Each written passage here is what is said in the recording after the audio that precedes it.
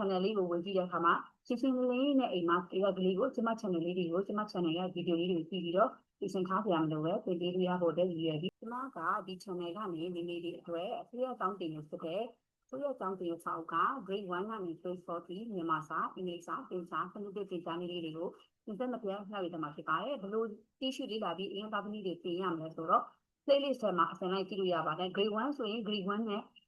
grade 1မြန်မာစာ playlist လုပ်ပေးထားပါမယ် grade 2ဆိုရင် grade 2သင်ကြားအဲဒီလိုမျိုး playlist အတိုင်းလုပ်ပေးထားမှာဖြစ်တဲ့အတွက်ဒီ channel လေးကိုဒီထောင်ထားရတဲ့ဖြစ်ပါတယ်အစတော့ကတော့ကိုကဘာတွေပြင်ရမလဲဆိုတာအတိတ်လည်းမတင်ရသေးဘူးပေါ့နော်မှန်တယ်မှန်ဆိုရင်ဒီနည်းပညာနဲ့အရင်မချမ်းလို့ပေါ့အခုတော့တတိတခုနဲ့တင်လေးလာရင်းနဲ့နားလည်တော့သွားတဲ့အရာလေးတွေကိုမမေ့လို့အတွက်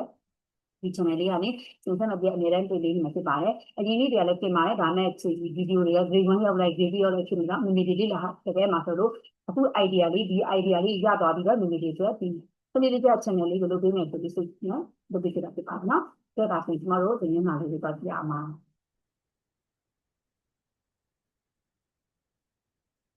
အဲ့တော့ကဒီနေ့ကအခု grade 3ရဲ့မြန်မာစာပထမဦးဆုံးသင်ခန်းစာကိုကျွန်မတင်ပြပေးမှာဖြစ်ပါတယ် grade 3မြန်မာစာအုပ်ကဒီမှာပေါ့နော်မိမိတို့လည်းမိမိတို့စီမှာလည်းရှိမှာပါဒါစနစ်စာအုပ်ပါဟုတ်ပြီအဲ့ဒါကိုကျွန်တော်တို့သင်မယ်ဆိုရင်ဘယ်သင်ခန်းစာကိုမဖြစ်မနေသင်ရမလဲဆိုတော့ကျွန်တော်တို့ဒီမှာပျော်ပျော်ရှင်းရှင်းစာသင်နေတဲ့သင်ခန်းစာကိုမဖြစ်မနေလို့သင်ပေးလို့လိုပါတယ်နော်အဲ့တော့ပျော်ပျော်ရှင်းရှင်းစာသင်မယ်ဆိုတော့သင်ခန်းစာမှာဒီမှာဗာလေးထည့်ထားတယ်မိမိတို့ဒီမှာဖတ်ကြည့်ပေးပါဟုတ်ပါတယ်ကျွန်တော်တို့ကကို့အမိကြီးကမိတ်ဆက်ပါတဲ့ကို့အမိကိုကိုရေးပြီးတော့မိတ်ဆက်ရမယ့်သင်ခန်းစာကိုဖြစ်အောင်သင်ပေးမှာဖြစ်ပါတယ်တသားမမီတို့ရေကို့အမိကိုကြီးကမိတ်ဆက်မယ်တားရေခဲ့တာဆိုရင်မိတို့တသား3နှစ်ရောက်သွားပြီအဲ့တော့ကို့အမိကိုကြီးကမိတ်ဆက်ကြည့်ပါဦးဟုတ်ပြီအဲ့တော့တားနာမည်ဘယ်လိုခေါ်လဲအဲ့တော့ကျွန်မတားနာမည်ကဟိတ်သစ္စာအောင်အဲ့ကျွန်တော်အသားမောင်ဟိတ်သစ္စာအောင်ဟိုကရေးမယ်ဘိုးနာမည်ပေါ့နော်အဲ့လိုကျွန်တော်တို့ကကျောင်းမှာပဲ teacher တွေအနေနဲ့ဒါကျောင်းမှာဒီလိုသင်လိုက်မယ်ဆိုရင်လည်းသူတို့ရဲ့စလုံးပေါင်းစွမ်းတွေကိုသူဒီနှစ်တန်းအခြေခံပါလာသလားမပါလာဘူးလားလို့ကျွန်တော်တို့ကစစ်ဆေးလို့ရတဲ့ဉာဏ်လေးဖြစ်ပါတယ်ဒါသင်ခန်းစာမသင်ခင်မှာစာမသင်ခင်မှာကလေးတွေကိုကြိုတင်ချင်းကပ်ချင်းလို့ခေါ်ပါတယ်ပြီးတော့နောက်ထပ်အောက်မှာသင်ခန်းစာသင်တဲ့အခါလဲမိမိတွေသင်ခန်းစာကိုဘယ်လိုကြိုတင်ပြီးတော့ချင်းကပ်ရမယ်ဆိုတဲ့အရာလေးကိုလည်းအစစ်ရင်းကြီးပြပေးသွားပါမယ်သင်လည်းသင်ပြပေးသွားပါမယ်အိမ်မှာအဲ့ဒီတိုင်းသင်လို့ရှိရင်သင်ကြားမှုထိရောက်ပါလိမ့်မယ်လို့ကျွန်မပြောရပါတယ်โอเคဒါဆိုရင်ကိုယ့်နာမည်ကတော့မောင်စုသိန်းပေါ့နော်ဗတ်ပြရတယ်မောင်ရဲ့မနီလာမတီတာအနိုင်ဘက်ကမခွန်စင်နေကြီးဖတ်ပြရအများကြီးပဲရှိရပေါ့နော်ရေးလို့ရတယ်အတန်းကတော့ဘယ်လိုလဲရောက်လဲတတိယတန်းကိုဒီမှာကိုကရေးခိုင်းလိုက်မယ်โอเคတတိယတန်းကိုရေးပြီးဟုတ်ပြီတတိယတန်းအတန်းကတတိယတန်းနော်ကန်စာရေးမယ်အတန်းကတတိယတန်းဟုတ်ပြီတတိယဆိုသူတို့ကတော့ဒါပါလေစလုံးပေါင်းစစ်လိုက်တာဖြစ်ပါတယ်တတိယတန်းပြီးပြီးတော့မရေးရမလို့နော်တတိယနော်တတိယတန်းဟုတ်ပြီကျောင်းကဗာကျောင်းလဲအာမကာအာလာကာကိုဒီနေ့ရေးလို့ရ private school ပေါ့နော်အခြေခံပညာက private school အဲ့လိုရေးလို့ရတယ် IS ဆိုလည်း IS ပေါ့နော်ဝါသနာကိုယ့်ရဲ့ဝါသနာ hobby လို့ခေါ်တဲ့ဝါသနာဒါမှဖြစ်မနေလေးတွေရေးခိုင်းရမယ်နော်ဒါမှသူတို့ရဲ့ကျမတို့အခြေခံဘလောက်ပါလာဆိုတော့ကျမတို့ဒီမှာသွားပြီးတော့စမ်းသပ်လို့ရမှာဖြစ်ပါတယ်ဒီရဲ့လိပ်စာဗမာနေရသူတို့ရေးခိုင်းမှာဥပမာနေပြီးတော့ဗနာမှာနေတယ်ရန်ကုန်ဗမာနေတယ်အဲ့လိုရေးခိုင်းဟုတ်ပြီရေးခိုင်းပြီးသားပြီဆိုသူတို့ကိုအဲ့ဒါမပြီးသေးဘူးကျမတို့ကဒီခိုင်းပြီးတော့နှုတ်ကနေရွေးဆိုခိုင်းကျောင်းမှာတင်တဲ့ပုံစံတော့ချင်းချင်းကဲရွေးရမယ်ကဲဒီဘက်အခွဲမှာတသားတို့ဒီဘက်တန်းမှာဖြစ်ခဲ့ဒီတန်းကထားမယ်တားထားမယ်တားအကြောင်းမိတ်ဆက်ပေးလိုက်ကိုယ်နာမည်လေးကိုရေးပြီးတော့မိတ်ဆက်ရအောင်ရေးခိုင်းတာဆိုရဲကလေးထဲမှာဆိုတော့ကျောင်းမှာတင်နေတယ်အဲ့လိုတင်ပြီးကိုယ်အိမ်မှာတော့တားတော့တသားနာမည်ကြည့်လိုက်ပါအဲ့ဒါဘာကိုတင်တာလဲဒီက myself ကိုတင်တာဖြစ်ပါတယ် English writing မှာကျွန်တော်တို့ခဏငငယ်တော့9တန်း6တန်း9တန်း10တန်းနော် writing လေးဟိုessay letter လေးနော်အဲ့ဒီ letter ကျွန်တော်တို့ essay ရေးရတဲ့ဥစ္စာကိုကြည့်ရတာဟာပြီးဒီမှာတည်းကစပြီးသူကပြတာအောင်လို့တတိဒီမြန်မာလိုရေးရင်တော့မိတ်ဆက်ပြီးတော့တင်ပေးထားတာဖြစ်ပါတယ်မြန်မာစာမှာဆို size စာဝင်ရေးတဲ့ဖို့ပဲပေါ့နော်ဒါပြီးတော့အခြေခံဖြစ်ပါတယ်ကိုမိတ်ဆက်ကချင်းတွေကိုဒီသင်ခန်းစာတွေကတင်ပေးပါတယ်ဟုတ်ပြီအဲ့တော့တာနာမည်ကတော့ဘယ်သူပါတာကတတိယတန်းမှာတာကအမကအလာကဘလောက်မှနေပါတယ်ဘယ်မျိုးနယ်မှာနေပါတယ်တာရဝဒနာကတော့ဆရာဝန်ဖြစ်နေတာတာဝဒနာကတော့ဒိမှုဖြစ်နေတာပါတာရဝဒနာကတော့စာရေးဆရာဖြစ်နေတာပါတာဝဒနာကတော့မင်းသားဖြစ်နေတာပါသူတို့ဖြစ်နေတာဟာသူတို့ပြောလို့နေအဲ့တော့နားထောင်ပေးလိုက်ကောင်းတယ်မကောင်းတယ်ပြောလို့ရှင်လို့မရဘူးလေနော်သူဝဒနာကိုကျွန်တော်တို့ topic တင်လို့မရပါဘူးဒီရဲ့လိပ်စာကိုနေရဲ့လိပ်စာပြောမယ်အဲ့လိုနေကြောင်းမှကျွန်တော်တို့သင်ပေးမယ်ဟုတ်ပြီကဲဒါဆိုရင်ဒီသင်ခန်းစာလာပါပြီဒီသင်ခန်းစာကဲဒီဟာကိုဒီကျ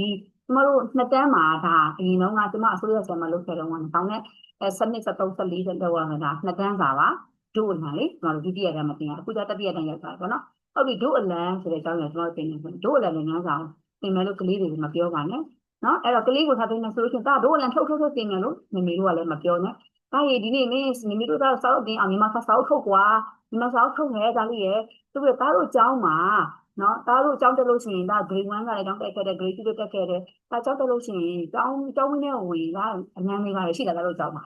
ရှိတယ်အဲ့ဒီအလံကဘလို့အယောင်လေးရှိလဲဘလို့ပုံစံလေးလဲအလံကဘယ်မှာထားရလဲအဲ့အလံကိုတိုင်လေးမတင်ပြီးလွှင့်ထားတယ်မိမိရေတကယ်ရေဟုတ်ပြီအဲ့တော့အဲ့ဒီအလံမှာဘာရောင်နေပါလဲကွာဟိုကဒီငန်းဆောင်တော့ကြမလို့သေးဘူးသူစဉ်းစားလိုက်မယ်သူတည်းမှာသူပုံပေါ်စဉ်းစားလိုက်မယ်ဝါလားအစိမ်းလားအနီလားအစိမ်းလားအဝါလားအဲ့လိုမှားကြရနော်ကျမတို့နော်သူပြောလိမ့်မယ်အဲ့ကြမှာကိုကသူ့ကို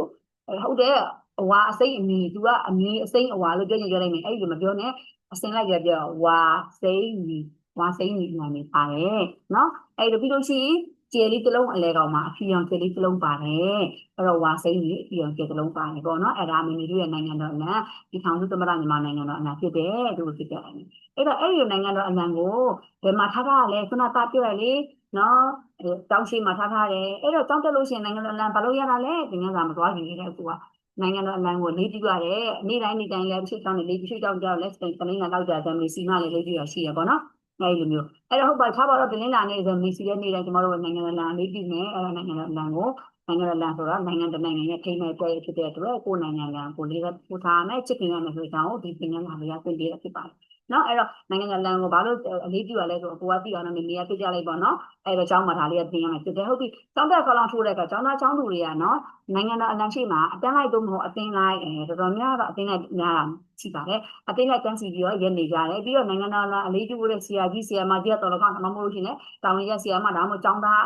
းကောင်းဆောင်တဲ့တော်တော်ကောင်းပေါ့နော်ကျောင်းထဲမှာကျောင်းရဲ့မော်နီတာကြီးကတော်တော်ကောင်းပေါ့နော်ဒီမူလတန်းကျောင်းဆိုကျွန်တော်တို့၄တန်းကောင်းဆောင်ရှိရလေနော်အလေးတန်းတန်းကောင်းဆောင်ကတော့တော်တော်ကောင်းသူကနေပြီးတော့သူအမိန့်ပေးပြီးတော့ကဲအားလုံးတတိဆိုပြီးသူကပြပြရတယ်ပေါ့နော်အဲ့တော့နိုင်ငံတော်အလံအလေးပြုတဲ့အခါမှာတသားမိမိတို့ကဘယ်လိုခံစားရလဲလို့ကျွန်တော်တို့မေးလို့ရအကုန်လုံးကျွန်တော်တို့နိုင်ငံတော်ချင်းဆိုတိုင်းတိုင်းရင်းတော့ဘယ်လိုခံစားရလဲကြည်နူးသူတို့သက်ရှင်သူတို့တိတ်ထားတဲ့အကြောင်းမခံစားရလေအဲ့ဒါနိုင်ငံစစ်စစ်ပဲဆိုတော့ချောင်းမှုသူတို့ကိုကျွန်တော်တို့ကခါရဒီမှာထည့်သွင်းတင်ကြားပေးလို့ကြပါတယ်အဲ့တော့နိုင်ငံတော်အလံမှာအဝါရောင်အထက်ရောင်အနီရောင်ဆိုတာကြီးကိုပေးပြရတဲ့ဆိုင်နိုင်ငံတော်အလံဟာကိုယ်နိုင်ငံရဲ့တည်ဖြစ်တဲ့နိုင်ငံနဲ့နိုင်ငံကျွန်တော်တို့နိုင်ငံကိုချစ်တတ်ဖို့အတွက်မိမိတွေကအိမ်ကနေလည်းတင်ပေးပြရတယ်ဆရာမတွေကလည်းကျွန်တော်တို့ဒီအဲ့လိုတင်ပြရမှာဖြစ်ပါတယ်အဲ့တော့ကမှဟုတ်ပြီနိုင်ငံတော်အလံမှာစာချက်တာဖဲပေါ်တော့သူတို့ကိုကျွန်တော်တို့ရှင်းပြမယ်ဆိုနိုင်ငံတော်အလံမှာအဝါရောင်ပါတယ်အစိမ်းမီပေါ့နော်အဝါရောင်အစိမ်းရောင်အနီရောင်ပါတယ်ပြီးလို့ရှိရင်ကျ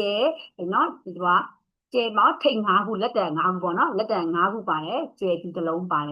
်အဲ့တော့အဲ့ဒီအယောင်တွေနိုင်ငံတော်အလံရဲ့အယောင်တစ်ခုစီကကိုစားပြီးတဲ့အယောင်တွေအယောင်တွေကအလားထက်တာမဟုတ်ဘူးနော်တစ်စုံတစ်ခုကိုကိုစားပြုတယ်။ဒါတွေကိုစားပြုရတဲ့ဒီမှာသူတို့ကိုကျွန်တော်တို့ကဒီစာကိုမဖတ်ခိုင်းပဲနဲ့ကိုကသူတို့ကိုရှင်းပြမှာပြီးမှဒါကိုကျွန်တော်တို့တင်ရမှာနော်။အဲ့တော့နိုင်ငံတော်အလံတွင်နော်ဝါရောင်အစိမ်းရောင်အနီရောင်တို့အောက်ခံအဖြစ်ပါရှိခြင်းမှာဆိုပြီးကျွန်တော်တို့စာဆန်ဆန်တင်လိုက်ရင်ကလေးကစာကြည့်အောင်။အဲ့တော့တသားမိမိတို့ကိုမြန်မာစာကိုချက်ဖို့မလို့ခြင်းဘူးဆိုရင်ကျွန်တော်တို့ကမြန်မာစာကြည့်ရတဲ့ဟာလွတ်ချင်တယ်လို့ဒီလိုတင်ရမယ်။အဲ့တော့နိုင်ငံတော်အလံမှာဝါရောင်အစိမ်းရောင်အနီရောင်ပါတယ်မလား။အဲ့ဒီအရောင်တွေကနိုင်ငံတော်အလံရဲ့အောက်ခံအရောင်ဖြစ်ပါထားတာ။ဟောအောက်ခံအရောင်ဖြစ်ပါရှိခြင်းမှာဆိုတာကိုကျွန်တော်တို့ကအောက်ခံရောင်ဖြစ်ပါထားတယ်အဲ့ဒါဘာဖြစ်လို့ထည့်ထားတာလဲမိမိတို့မြန်မာနိုင်ငံတော်ကြီးဟိုးရင်တော့ကအင်္ဂလိပ်တွေလာသိမ်းသွားတယ်နော်အင်္ဂလိပ်တွေလာသိမ်းတဲ့အချိန်မှာပြန်ပြီးတော့လွတ်လပ်ရေးအောင်ငါတို့နိုင်ငံကိုကိုယ့်နိုင်ငံကိုပြန်ပေးပါမင်းတို့နိုင်ငံအောက်မှာမင်းတို့အုပ်ချုပ်တဲ့အမှမနေခြင်းကိုစပြရဖြစ်ပါနော်အဲ့တော့လွတ်လပ်ရေးကြိုးပမ်းမယ်ဆိုလွတ်လပ်ရေးကိုပြန်ရအောင်တောင်းမယ်ဆိုတဲ့အချိန်မှာနော်စပြီးတော့ကိုရီးယားသူတို့စီကိုလက်နဲ့တက်ခင်တိုက်ရမယ်စကားနဲ့တုံ့ပြန်ပြောရမယ်အဲ့တော့အဖွဲ့အစည်းတစ်ခုစီတိုက်မှာဖြစ်တဲ့အတွက်ဒါငါတို့နိုင်ငံရဲ့အလံပဲဆိုပြီးတော့စတဲ့အသုံးပြုခဲ့တယ်နော်သုံးယောက်ချဲအလံကိုအစတင်ပုံပြကြတာဖြစ်တဲ့အတွက်အဲ့ဒီအလံကိုဂုဏ်ပြုသောအားဖြင့်မြန်မာနိုင်ငံအလံဆိုပြီးဒီနေ့သတ်မှတ်ထားတာဖြစ်တယ်ဆိုပြီးကိုကသူတို့ကိုအကြမ်းချင်းလေးပေါ့နော်ဒါချင်းပြဖို့ဒီမှာပြောတာဖြစ်ပါတယ်အဲ့လိုမျိုးကိုကကုန်းတယ်အဲ့တော့နိုင်ငံတော်အလံမှာပါဝင်တဲ့အောက်ခံအရောင်ဝါစိမ်းကြီးအဝါရောင်အနီရောင်ကိုအောက်ခံဖြစ်သုံးထားတာဒီဘယ်ချိန်ကလေးသုံးထားရလဲမြန်မာနိုင်ငံလွတ်လပ်ရေးကိုပြန်လည်ရရှိဖို့ကြိုးပမ်းထားတဲ့အချိန်ကတည်းကသုံးတာဖြစ်တဲ့အတွက်အဲ့ဒါကိုယိုတီအဲ့ဒီဟာကိုကျွန်တော်တို့ကဂုံပြုသောအဖြစ်အလေးနဲ့ပြုသောအဖြစ်ပေါ်ညွှန်းထားတာဖြစ်ပါတယ်ပေါ်ညွှန်းကြည့်ပြီးပြန်လဲတုံးထားတာဖြစ်တယ်ဒီကလေးတွေကျွန်တော်တို့ရှင်းပြလိုက်မယ်ပြီးရင်ဒါကအယောင်တွေမှာလေဒီလားဟိုဟာရှိတယ်ဒီလားမိမိတို့လေအယောင်တွေမှာလေဒီအတိတ်ပဲရှိသေးတာအဝါရောင်ကဘာလဲဒီလားပျော်ရှင်ခြင်းကိုပူစားပြီးတယ်ကျွန်တော်တို့ကအနီရောင်ဆိုရင် ရင်ချင်းကိုစားပြရမလားအစိမ်းရောင်ဆိုရင်ကြည်ရင်အင်းညချင်းကိုကိုစားပြရလေအစိမ်းရောင်လေးကြည့်လိုက်မျိုးလုံးလေးအင်းညမနေဘူးလားအဲ့လိုတိုင်းနဲ့နော်နိုင်ငံတော်အလဲအယောင်တွေကလည်းအဲ့ဒီအတိုင်းပဲအဝါရောင်ဟာနော်ပျော်ရွှင်ခြင်းအပြင်ဒီမှာကျတော့မိမိတို့နိုင်ငံအဝါရောင်ကစီလုံးချင်းညီညွတ်ခြင်းဉာဏ်ပညာကြီးမားခြင်းဉာဏ်ကောင်းတဲ့နော်ဉာဏ်ပညာကြီးမားတာပျော်ရွှင်ခြင်းပြီးလို့ရှိရင်စီလုံးချင်းဆိုကြတဲ့ကွာမြန်မာနိုင်ငံမှာနေထိုင်တဲ့သူတွေဘယ်သူနေကြရလဲမြန်မာနိုင်ငံမှာစဉ်းစားကြည့်ပါဦးဒီမြန်မာနိုင်ငံနေပေါ်ကြီးတော့တွေ့နေရလဲသူတို့ကနေလို့ရဒါကြီးကိုစာစံဖတ်ပြရတဲ့စာမြန်မာနိုင်ငံနေပေါ်ကြီးမှာသူတို့အချိန်လေးတခု15မိနစ်အခုကျွန်မပြောသွားတာ10မိနစ်ပဲရှိတယ်နော်တော်တော်များဆုံးသွားပြီအဲ့တော့အရှိမမိတ်ဆက်လက်ပါသေးတယ်အဲ့ဆိုရင်ဟုတ်ပြီမြန်မာနိုင်ငံကြီးမှာနော်တိုင်းနာဘောင်းတော်နေထိုင်ရတယ်တဲ့ကျွန်တော်နှစ်တန်းတော့လည်းထားတယ်ဒီနေ့ကပြီးကချင်တရားပြင်ချင်းမွန်မြန်မာမွန်ဗမာရခိုင်ရှားဆိုတိုင်းသားနေထိုင်ရတယ်အဲ့ဒီတိုင်းသားအကုန်လုံးကစီးလုံးညီညွတ်စွာနေပါမှာခင်းကြီးတစ်စီးကစုစည်းနေအဆင်မပြေဘူးလားချိုးရတာလွယ်လားမလွယ်ဘူးလေအဲ့လိုတိုင်းနဲ့အဲ့လိုနေထိုင်ပါမှနေထိုင်ကြတယ်ဆိုတဲ့အဓိပ္ပာယ်ကိုဖော်ညွှန်းခြင်းအပြင်အဝါရောင်ကိုစားပြီးဖော်ညွှန်းတာဖြစ်တယ်အဝါရောင်ကိုသုံးထားတာဖြစ်တယ်အစိမ်းရောင်ကျတော့ခုနကမျိုးလုံးအေးများရလေတစ်ပင်နဲ့အစိမ်းရောင်ဖြစ်တယ်လေဟောအဲ့တော့မြန်မာနိုင်ငံမှာမြေပြည့်နေအများကြီးရှိလားအိုးမြန်မာနိုင်ငံဆိုတော့ Golden Land နေမျိုးမြန်မာနိုင်ငံဆိုတာနော်ရွှေနိုင်ငံမြေစီဩဇာအရင်ကျော်ရတယ်ညီညွတ်မြတ်တာကြီးအေးချမ်းတာယာကြီးစိမ်းလန်းဆိုပြတဲ့စိမ်းရောင်စိမ်းလန်းဆိုပြပြီးနော်တိုင်းလာအားလုံးစီးစီးလုံးနေကြရတဲ့အဓိပ္ပာယ်ကိုဖော်ညွှန်းလို့အစိမ်းရောင်ကိုသုံးထားတယ်နော်အဲ့တော့အစိမ်းရောင်ရဲ့အဓိပ္ပာယ်ကဘာလဲစီလုံးခြင်းညီညွတ်ခြင်းနော်စိတ်ရောင်ကဒီညီညွတ်မြတ်တာခြင်းအေဂျင့်တာယာခြင်းညီစီဩဇာကျော်ဝါခြင်းညီဩဇာကျော်ဝါတယ်နော်အဲ့ဒါကိုတို့တရားပြန်လာဆွေးနွေးမယ်ဆိုတို့မကြည့်ရတော့အစိမ်းရောင်ကဘာလဲအစိမ်းရောင်အနိုင်ဒိတ်ကဘာလဲတိုက်ရဲဆိုရင်ခမင်းစားနေရောကျမတို့ကစားနေရောပြောလို့မရဘူးလားအစိမ်းရောင်ဆိုအေဂျင့်တာယာခြင်းပြီးလို့ရှိရင်ညီစီဩဇာကျော်ဝါခြင်